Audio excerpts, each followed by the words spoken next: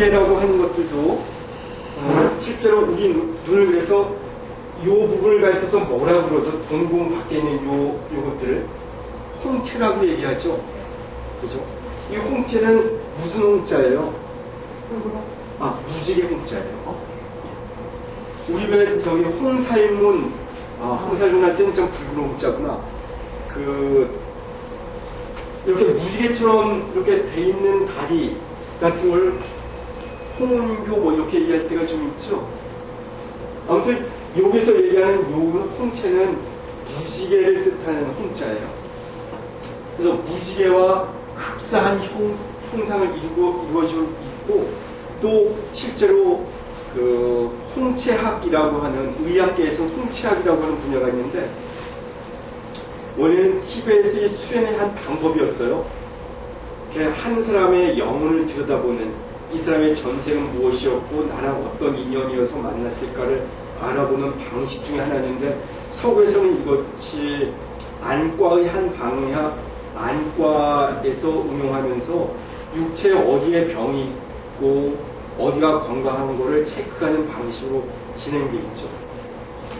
왜냐하면 이 홍채에 이 사람의 삶의 정보가 들어있다고 보는 거예요. 실제 요 재밌는 얘기를 하나 더 해드릴게요. 체코 출신의 그 의사 이름 제가 지금 기억을 못했는데, 체코의 한 꼬마가 어렸을 때 올빼미를 키워요. 근데 올빼미 눈이 무척 크지요. 이제 애완 올빼미를 키우고 있다가 어느 날 이 올빼미가 다리가 부러졌어요. 그래서 이 감수성이 많은 12살짜리 꼬마가 올빼미 껴안고 자기도 막 이제 어떻게 할 바를 몰라서 그 올빼미의 고통을 느껴서 올빼미 눈을 보고 있는데, 올빼미 다리 보면 눈이 크잖아요. 그죠? 근데 이 홍채 아래쪽으로 금이 선이 이것이 쫙 균열되면서 진한 흔적을 남기는 걸 발견해요. 근데 이 12살짜리 꼬마가 나중에 커서 의사가 됐어요. 의사가 돼서 많은 환자를 만나고 있다가 어느 날 어떤 아이가 다리가 다쳐서 왔어요. 그 아이도 다리가 부러져서 막 도착을 했어요. 아이를 진단하다가 순간적으로 마치 잔상효과처럼 영감이 딱 떠올랐어요. 올빼미 생각이 나면서 그 다리 부러진 아이의 눈동자를 보는 순간 그 아이 눈에서도 이쪽으로 큰 상처처럼 홍채가 찢어져 이렇게 흔적이 나오는 걸 발견하게 돼요. 그래서 이 체코 출신의 이 의사가 그때부터 홍채학이라고 하는 것을 집중적으로 연구에 들어가요. 그래서 아마 여러분들 가운데도 홍채 진단학 이런 얘기는 들어보신 적 있을 거예요. 그렇죠? 실제로 놀랍게도 이 홍채에서도 이쪽은 다리 쪽으로 보고 이쪽은 머리 쪽으로 보고 뭐 이런 식으로 구분해 나가는 도표들이 있어요. 또 심지어는 더 나가서는 우리 귀의 형상이 마치 태아가 어머니 자궁에서 태어나려고 하는 형상처럼 하고 있다고 하는 얘기 들었죠. 그래서 실제로 1970년대에는 프랑스와 중국의, 그 당시 중공이죠, 이쪽 의사들이 귀에 침을 놔서 이 침을 통해서 맞추라고 외과 수술을 했던 적이 있어요. 그래서 닉슨이라고 하는 그 당시 미국의 부통령이 중국 방문했다가 엄청난 놀라움을 체험하죠. 그 현장을 보고 온 적이 있어서, 이때 이전까지만 해도 이 침 그러면 그냥 좀 유용한가 봐 했는데, 귀에 침을 몇 개를 꽂고 이 사람을 맞추지 없이 수술했다는 경험이 있다고 그러죠. 이건 뭐냐면 우리의 눈동자라든지 우리의 귀라든지 또는 우리의 작은 세포의 일부분에서도 우리 형상의 전체를 끄집어낼 수 있다는 거예요. 더 나아가서 이런 개념들은 어디까지 연결되느냐면, 저는 제가 수의사 면허증이 있어서 그런지 모르겠는데 황우석 교수 얘기 나오는 이제 좀 가끔 더 신문을 보는데, 얼마 전에도 복제했다는 얘기 방송에 나왔다 그러잖아요. 그죠? 심지어 최근에는 기술이 점점 더 발달되면서 체세포를 통해서도 체세포 배양이 가능하게 돼 있다 그래요. 배아세포가. 이 얘기는 뭐냐면 우리의 이런 피부세포, 아직 거기까지 나가지 않으면 피부세포 하나를 갖다가 배양하기 시작하면 내 모습이 세포 하나에 내장되어 있기 때문에 형상으로 발전돼 나올 수 있다고 하는 걸 얘기하는 거예요. 다시 말해서 나는 현재 이런 개념들은 어떻게 이어지냐면 나는 지금 이런 중생이고 삶으로부터 고통받고 불행을 느끼고 아파하기도 하는 중생이지만 부처님의 성품을 가지고 있다라고 하는 것과 이어지고 있어요. 부처님과 우리 중생의 근본적 차이는 절대 행복을 누리며 사느냐 아니면 번뇌거리로 고통받느냐 이 차이거든요. 그죠? 이렇게 본다면 우리의 이런 삶도 세포 하나에서도 내 자신이 온전히 녹아있다면 현재 내 모습도 부처님께서도 이런 고뇌를 통해서 성불하신 것처럼 거기에 도달할 수 있다고 하는 가능성을 보는 거죠. 얘기가 너무 진지하게 안 들려요. 저는 그냥 이렇게 재미있고 편하게. 저도 재밌어요. 예, 편하게 너무 심각해 보셔서 제가. 재밌어요. 재밌어서. 그래서 여기서도 오늘은 심지어 한 눈동자 속에서도 한 인간의 과거의 삶이, 전생의 삶이 어떠한 고통을 겪었고 어떤 기쁨이 있었고 어떤 행복에 도취하는지가 읽혀질 수 있는데 가끔 대기에서 하늘에 떠오르는 이 무지개에서도 우리는 이런 것들을 읽어 나갈 수 있다는 거예요.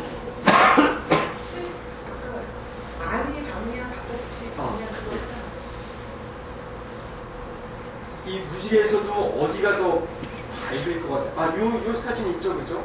이 무지개, 쌍무지개지만 무지개에서 안쪽은 좀 밝게 나오죠? 바깥쪽은 어둡고. 요거는 쌍무지개는 다시 이것이 이주불절돼서 나온 거니까 여기서 보면, 그죠?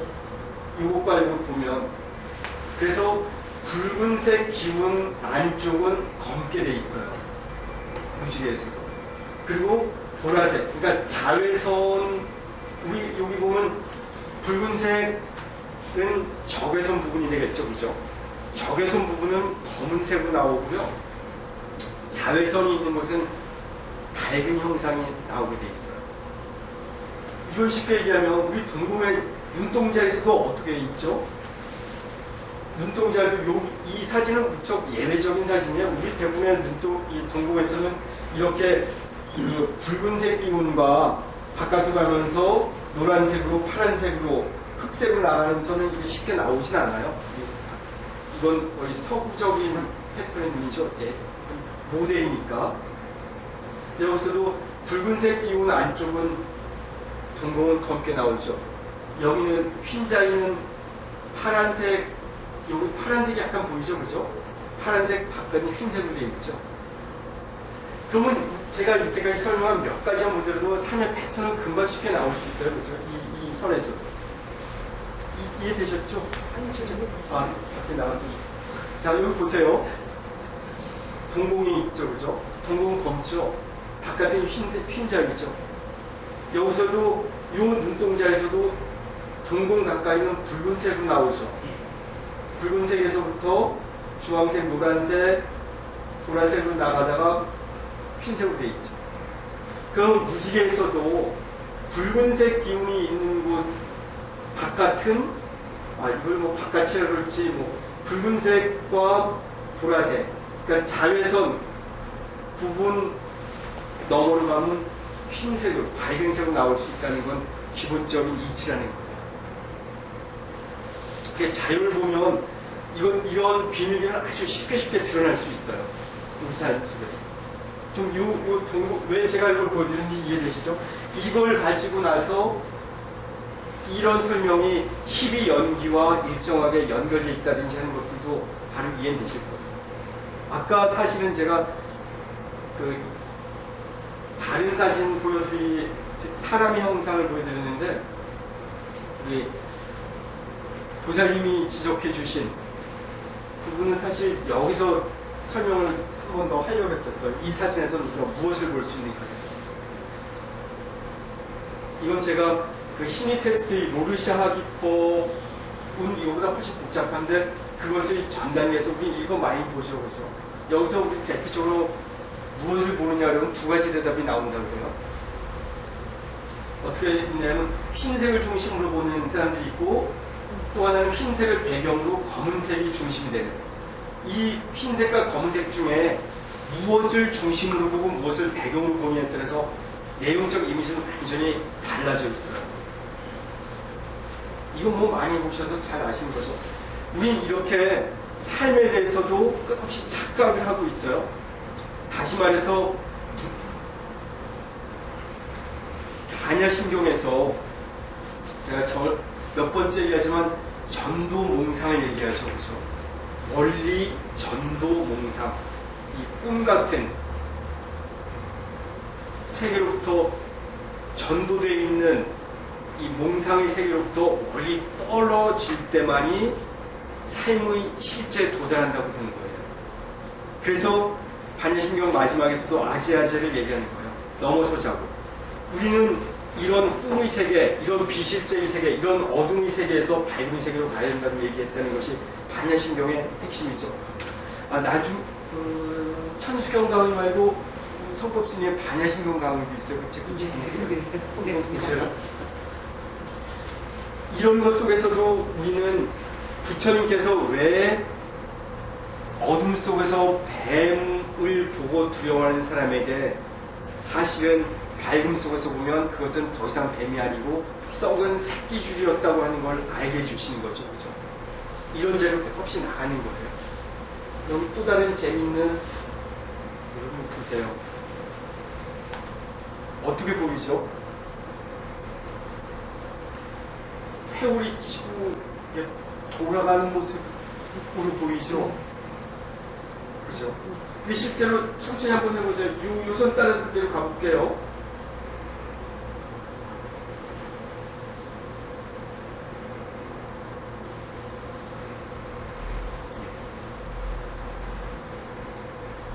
우린 이렇게 우리의 육체적인 눈, 또는 우리가 좀 전에 바깥을 가지고 얘기했으면서도 나라고 하는 것에 대해서 끝없이 착각을 할 수 있다는 거예요. 이런 도형 속에서도 이것이 마치 끝없이 돌아가는 것처럼, 그죠? 이렇게 돌아가는 것처럼 보이죠? 하지만 실제로 따라가 보면 전혀 그렇진 않아요. 바로 이런 도형이야말로 화려장엄한 우리의 이런 세계, 화장장엄한 우리 세계, 화엄경의 세계, 중중무진한 이 복잡한 현상계를 나타내는 도형으로 우리는 이해할 수 있어요. 불교적인 훈련이 어느 정도 돼 있다면 우리의 삶은 훨씬 더 명료하고 훨씬 더 쾌활하게 미적인 감각을 가지고 이것들을 해석해낼 수 있다는 거예요. 이 도형 하나에서도 우리는 사실은 그걸 볼 수 있어야 되잖아요. 그죠? 우리는 이렇게 끝없는 착각 속에서 살곤 해요.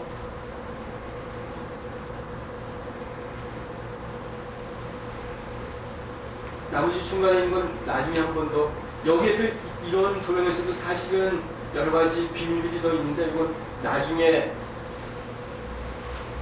한 번 더 설명하고 오늘은 좀 시간을 좀 줄여나갈게요. 제가 아까 명상을 통해서 용서를 하고 용서를 받고 나 자신이 안락하게 있으면서 부처님을 영원해 보고 깨달음이 어떻게 가능한지, 그리고 이런 것들을 하는 것은 사실은 참된 행복에 도달하기 위한 방법이라고 말씀드렸어요. 우리 이렇게 고요히 사실은 잠깐이라도 있어 보면 우리의 존재의 어느 부분에 어떤 고통들이 와서 잠재 있는지를 알 수 있어요. 그래서 왜 참선 수행을 해보라 그럴 때 이걸 싫어하느냐면, 잠깐 앉아있다 보면 사실 우리 잠깐이지만 앉아있어 뭐 한 5분 10분이지만 사실 이렇게 쉽게 되진 않는데, 좀 더 진지하게 있으면 고요하게 자기 호흡에 집중하고 있어 그러면 잘 안 되죠. 있는 순간 어때요? 엄청나게 많은 생각들이 더 떠올라요.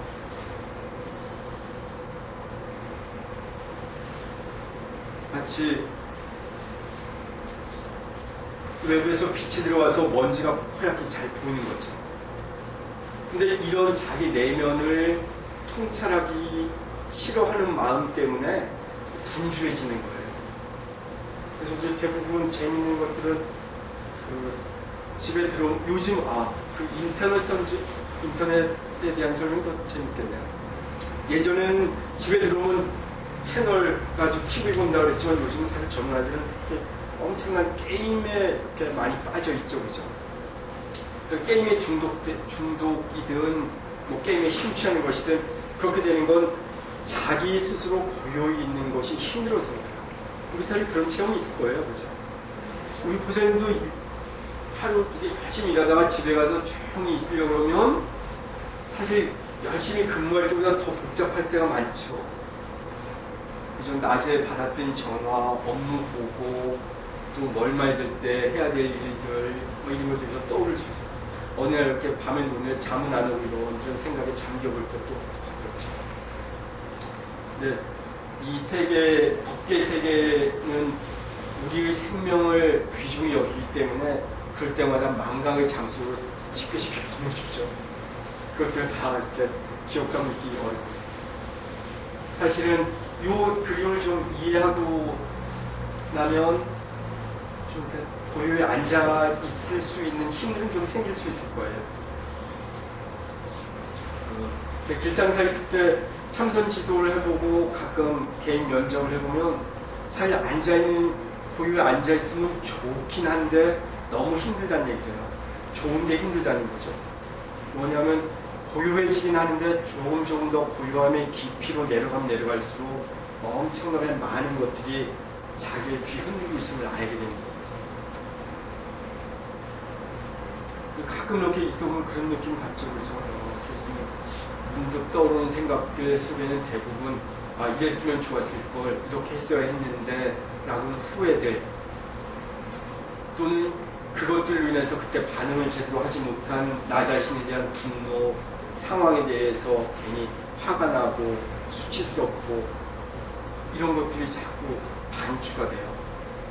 그래서 이렇게 고요하게 있는 시간 이전에 자기 자신을 또는 남을, 이 삶을 포용하고 용서하는 훈련을 통해서 현재 나 있음에 대한, 지금 여기에 집중하고 고요하게 있으면 좀 쉬워질 거예요.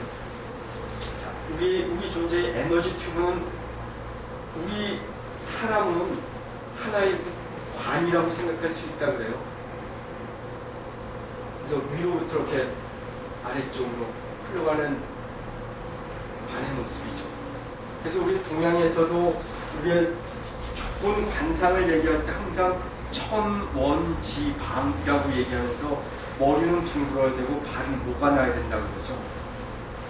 그래서 머리는 하늘이 모가 없이 폭을 포용한 둥근 걸 닮아서 사람의 머리도 둥글다 그러고, 땅은 모가 나서, 그래서 우리 대부분 집 짓을 때 사각형의 집을 짓게 돼 있잖아요. 그렇죠?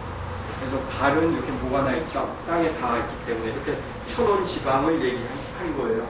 그래서 하늘로부터 어떤 생명의 기운을 받아서 땅으로 이어지게 되어 있는 통로인데, 이런 여러 가지 생각들이 우리에게 들어오는데 여기서 우리는 잘 걸러줘야 돼요. 행복한 생각들로. 그렇지 않으면 온통 쓰레기들이 오기 쉬워요. 실제로 이 받아들인 것들은 우리는 하나의 자석과 같아요. 내가 어떤 생각을 하고 있냐에 따라서 그런 것들이 끄집어 달려와요. 그래서 불행한 사람들은 그 불행을 끄집어들이는 힘 때문에 그런 것들이 온다고 그럴 수도 있죠. 그죠? 또는 그렇게 해석을 하는 거예요. 행복한 사람들은 이유 없이도 행복할 수 있는데, 불행한 사람들은 행복의 많은 조건들 앞에서도 불행에 집중하고 불행을 명상하고 불행을 선택하는 이런 힘이 있어요. 이 생각들이 창조의 힘으로 나와요.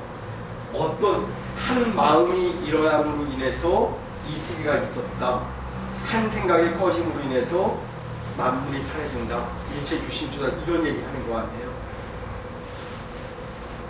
근데 우리의 이 생명체는 어떻게 상처를 받을 수 있냐면, 삶의 여러 가지 질곡으로부터 상처를 받을 수 있어요. 다시 말해서 이 에너지 튜브에 도장처럼 스탬프들이 찍히는 거예요. 그래서 시집살이 열심히 한 분들은 시금치만 봐도 뭐 이런 얘기 하죠. 그렇죠? 아주 오래된 농담이지만. 그리고 중고등학교 때 학교 선생님으로부터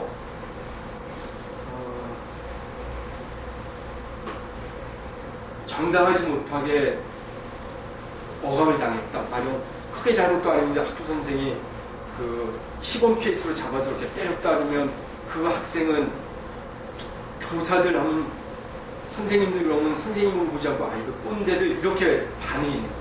또 독재 정권으로부터 고문을 당하고 인권을 탄압받았던 사람들은 독재 정권이라 그러면 또 군대만 생각하면 군인들로 보지 않고 군발이로 이해를 하죠.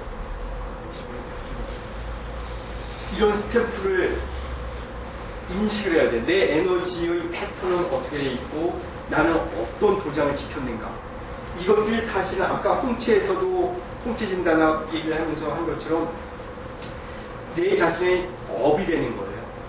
내 업에는 어떤 것이 내가 더 민감하게 돼 있는지, 내 업은 어디로 끌려가는지를 이해하게 되면 자기의 업을 이해하면서 이렇게 뒤엉킨 것들을 풀어나가기 시작할 수 있는 힘을 갖게 돼요. 이 힘을 일컬어서 수행력이라고 얘기할 수도 있어요. 그래서 창조적인 에너지가 위에서부터 내려온 하는 생각들의 에너지가 나를 통해서 현실의 세계, 화엄의 세계를 4개의 법계로 얘기하죠. 특히 진관 같은 우리 스승은 진관 스님 같은 경우는 그렇게 이 법계를 4개로 이해했죠. 그죠? 이무회와 사무회, 이사무회, 사사무회. 그래서 사사무회의 세계에 통달했을 때 참된 불성을 꼭 피운다고 얘기했어요. 근데 이런 창조적인 에너지가 우리의 튜브를 통해 이럴 때 스탬프 자리에서 감정적 아픔을 느껴요. 마치 우리 삶에 어떤 일에 무슨 일을 당했는지. 교통사고 당했던 사람들은 차에 대해서 더 민감해질 수 있겠죠. 그죠? 또는 최근에 또 보니까 제 주위에 제가 이제 그 논문 쓰면서 고생한 얘기를 좀 하면 이 쓰다가 UBS가 한번 날아간 적이 있어요. 잘못 관리해서. 그때 저 아주 돌겠더라고요. 이야, 한 보름 정도 이제 엄청나게 많은 자료를 해놓고 구상을 해놨는데 이게 망 것인 거예요. 그때 알았어요. 저것도 소모품이라는 거. 저는 저렇게 입력해두면 저 오래간 줄 알았는데. 근데 이것 때문에 막 이제 들끓어서 그랬더니 주위에 있는 사람들이 와가지고 아, 나도 그런 경험이 있어. 다 그럴 수 있어. 하는데도 위로가 안 되더라고요. 거의 한 달간 가까이 고생하는 것이 날아가는 이럴 때 그 위로가 되지 않는 막 속에서 들끓는 마음도 사실은 분노거든요. 내가 한 달 가까이 고생했는데. 근데 사실 이 분노는 가만히 보면 어리석음에서 시작됐어요. 그죠? 이걸 경험함으로 인해서 저는 아, 저것도 일종의 소모품이었구나. 시간이 다 되면 당연히 없어지는 생로병, 저 기계로 얘기하면 생로병사에서 죽음의 단계로 생주 이멸을 본다면 멸의 단계로 가는 건데 늘 그걸 얘기하고 있으면서 그러고 분노하는 거예요. 이걸 깊이 알게 되는 순간 이 어리석음, 탐진치 삼독 중에 이 어리석음에서 벗어나면서 좀 분노는 해소될 수 있을 거예요. 그래도 지금도 저런 걸 볼 때마다 가끔은 이것도 날아가는 거 아니야 이런 생각을 해요. 왜 한 번 끓는 물에 잘하고 놀라면 소뚜껑 보고 계속 놀라는 거지. 에너지 스탬프는 이렇게 우리 삶에 엄청나게 심한 각인을 시켜요. 그래서 정서적 아픔들, 고통들, 분노들, 후회들, 수치심들 이런 것들이 다 그런 거죠. 여기 자세히 보면 이런 것들이 관을 통해서 내려가는데 통증이 잘 있을 수 있다는 거죠. 사실은 이런 통증들은 우리의 어리석음을 일깨워주는 귀한 도구이고 부처님의 자유로운 방편으로 이해를 하셔야 돼요. 그 얘기는 나중에 제가 또 더 나와서 나중에 경전 가운데 관세음보살 보험프 같은 걸 한번 우리 시간에 설명해 나갈 때 이해할 수 있도록 해볼게요. 아 근데 오늘 더 빨리 끝내야 되는 이유가 있었나요? 아. 배고프실까? 아. 그래서 여기엔 더 이제 이런 설명들을 좀 해놨는데 이런 식으로 이해하면 우리는 좀 더 행복해질 수 있어요. 그죠? 제가 가끔 우파니샤드의 한 구절 가끔 얘기하죠. 우파니샤드에서는 누가 인간으로 하여금 삶의 여행을 떠나도록 했는지, 누가 인간의 마음으로 하여금 저리도 흔들리고 방황하게 했는지 묻는 질문을 시작하는 우파니샤드가 있어요. 그 우파니샤드는 이사 우파니샤드인데, 기회가 되면 우파니샤드 한번 서점에서 이렇게 읽어보시면 좀 위로가 돼요. 왜냐하면 우파니샤드의 구절들이 사실은 불교 경전으로 그대로 다 포섭이 돼요. 이것들을 다 통섭해내면서 참된 불성의 세계로 안내해 나가고 있거든요. 왜냐하면 우파니샤드에서는 무아라고 하는 개념이라기보다 아트만이라고 하는 개념으로 자아에 고착하고 집착하게 만든 경향이 있었는데, 이것들을 부처님 세존께서 무아라고 하는 근본적으로 집착할 것이 없음의 자리를 알려주셔요. 이런 것들을 통해서 열반의 교리를 얘기하시는 거죠. 그래서 우리 내면도 어떻게 우리가 이루어지고 있는지, 그리고 우리는 이 지상에 뿌리를 내리는 것이 아니고 부처님의 자리, 그 열반의 자리에 뿌리를 내리고 이 지상을 향해 나뭇가지와 잎사귀를 드리워지고 있는 나무로 이해하신다면 우리 삶은 훨씬 더 윤택하고 좀 더 여유가 있으실 거예요. 오늘 제가 10년이 되면서 오늘 원래 3개를 더 준비해 왔어요. 원래는 저기에서 신화 분석까지 하고 경전에 대한 일을 하려고 했는데 이런 정도로 간단히 좀 넘어갈게요. 대신 이런 강의를 통해서 우리는 그 지혜, 그 중에서도 5가지 지혜 중에 서방 아미타 부처님의 지혜 자리가 묘관찰지예요. 관찰의 힘, 세상을 이해하는 새로운 힘들을 갖게 될 거예요.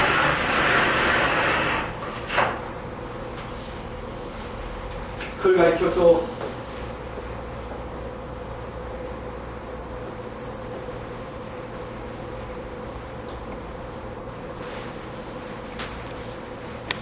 묘관찰지라고 하는 지혜를 좀 얻어가게 된다면 이 불금리학 시간이 좀 더 의미는 있을 거예요.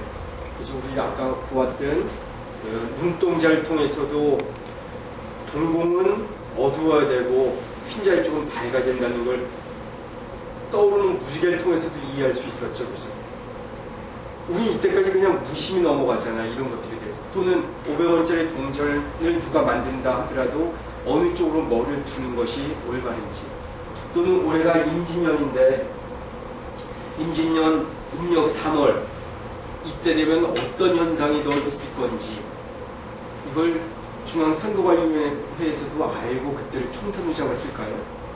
아니면 잡았는데 우연히 이렇게 됐을까요?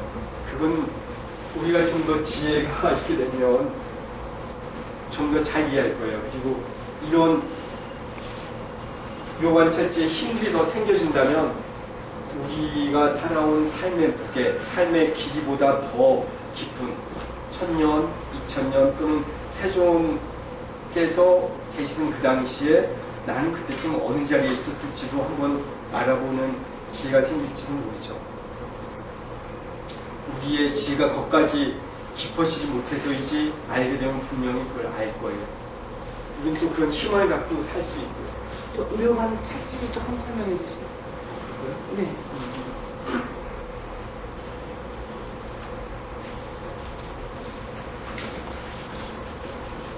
말 그대로 우리 그 부처님은 부처님에 대한 이해가 대승불교로면서 깊어지면서 5분의 부처님을 얘기해요. 그죠? 그래서 가령 그 동방의 아촉불이 있고 남방의 보생불이 있고 뭐 이런 얘기는 들어보셨죠? 그냥 저로 생각하지 마시고 네, 깊게 설명하지 않고 그냥 묘한 찰지만 저는 너무 잘못 올라가. 묘관. 그냥 말 그대로 묘관. 이건 일종의 그 중국에 들어와서 만들어진 개념이기 때문에 네.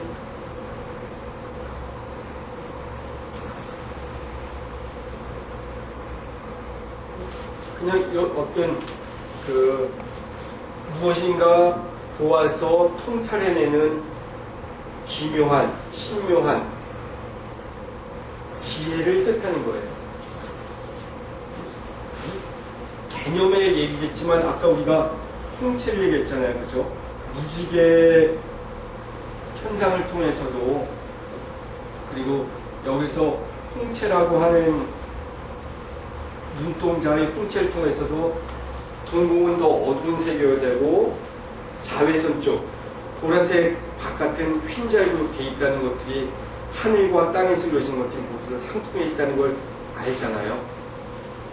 실제로 이런 것들 질문해보면 잘 모를 경우가 있어요. 근데 앞으로 이런 낯선 질문을 받게 되면 가만히 한번 자기 자신을 반추해 보면 돼요.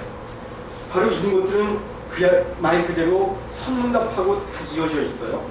아, 만법이 그 일체의 법이 하나로 돌아가는구나. 그 불성의 자리구나. 그런데 그 하나는 어디로 돌아갈 거냐? 일규하처 얘기하죠. 그래서 만법이 하나로 돌아가는데 그 하나는 어디로 돌아갑니까? 이건 유명한 화두였어요. 근데 일규하처냐라고 묻는 순간 대답을 많이 못하죠. 그렇죠? 이런 것들이 과연 어디로 귀를 하게 되는지 알게 되는 지혜가 조금씩 자라기 시작할 거예요. 그래서 묘관찰지를 얘기하는 거예요. 다시 말해서 이 묘관찰지는 내가 집에 들어갔을 때 신발장이 어떻게 돼 있으면 우리 집에 기분이 좀 더 좋을 거라든지 또는 옷을 입더라도 겨울철에는 어떤 옷을 입으면 좋을 거라든지 이렇게 일상에서도 적용할 수 있는 지혜를 갖출 수 있다고 합니다.